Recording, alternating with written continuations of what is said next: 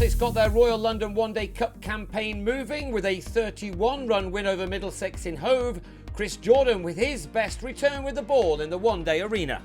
In a match reduced to 32 overs per side because of overnight rain, Sussex were put in and lost Chris Nash in the third over for 11, bowled by Toby Roland-Jones. Luke Wright briefly threatened with a 6 off the same bowler, who then had another reason to celebrate as the Sussex skipper hit him to Nathan Souter at mid-on to fall for 15. The majority of the work in this win with the bat was done by teenager Phil Salt and the much more experienced Ross Taylor. Both batsmen found the boundary just when they needed to keep the scoreboard ticking over at a reasonable rate. For Salt, in just his second list day game, this was a day to remember. This pair took the total into 3 figures in the 18th over. And at the start of the next, the 19-year-old was raising his bat for the first time in Sussex colours as he struck his 6th 4 to go with 1-6 to register a maiden half-century of 52 deliveries. He continued to add to his boundary tally too with some audacious cricket shots. After that, as he and Taylor pushed on, taking their partnership into 3 figures to give their side a good chance of setting a competitive total in what were largely gloomy conditions. The stand went on to realise 125 runs in 18 overs, by some distance the best of the match. Taylor played his part by striking a couple of big blows in reaching his own 50 off 41 balls before there was a bit of a collapse towards the end of the innings. The ball after raising his bat, Taylor, who'd been batting with the runner after straining a hamstring, picked out Souter at deep square off Paul Sterling. Salt soon followed, bowled by James Franklin for a memorable 81, which had occupied 76 deliveries.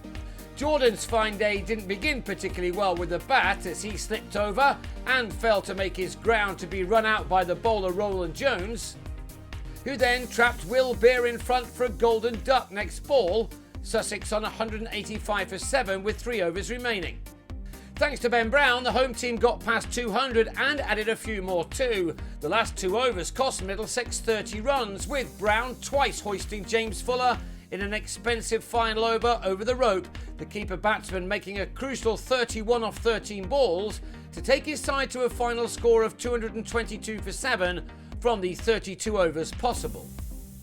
In reply, Middlesex began poorly, Jordan having Darwin Milan held by Finch in the first over, the batsman gone without scoring, before the same bowler had Sterling held behind after a juggle from Brown for 4, leaving the visitors on 26 for 2 after 5 overs. But that now saw Brendon McCullum and Owen Morgan in together, and it was the former who now began to put bat to ball to good effect as he had the much better of a partnership which added 40 runs in the next 8 overs, one which threatened to mount a challenge. Then, having got to 44 off 37 balls, McCullum was smartly held in the deep by Danny Briggs off the bowling of George Garton, the Kiwi departing with his side on 66 for 3. So Middlesex then looked to Morgan to pick up the scoring, and for a while it looked as if he might be the man to carry his side home.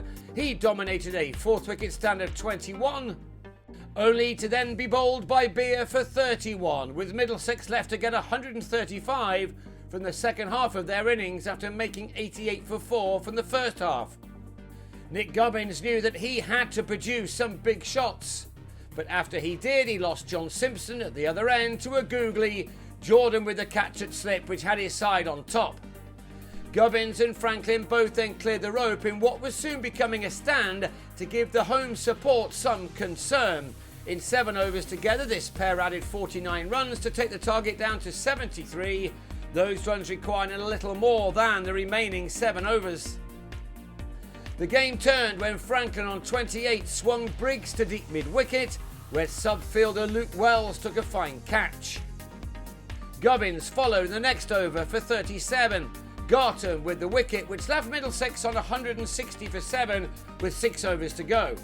The start of the next one saw Roland-Jones fall to Jordan, who 3 balls later showed why he's considered to be one of the best death bowlers in the world, to see the back of Souter for a duck. The last pair did add 31 runs, but when Jordan produced some more magic to remove Fuller, The bowler had the best figures of his list day career of 5 for 28 to give his side taste of success for the first time at the third attempt. Middlesex were all out for 131 in the 31st over, and that meant a loss for them by 31 runs, meaning that both these sides now have a record of 1 win and 2 defeats from 3. Sussex now head to Guildford on Tuesday, the same day the Middlesex take on high-flying Glamorgan under lights in Cardiff.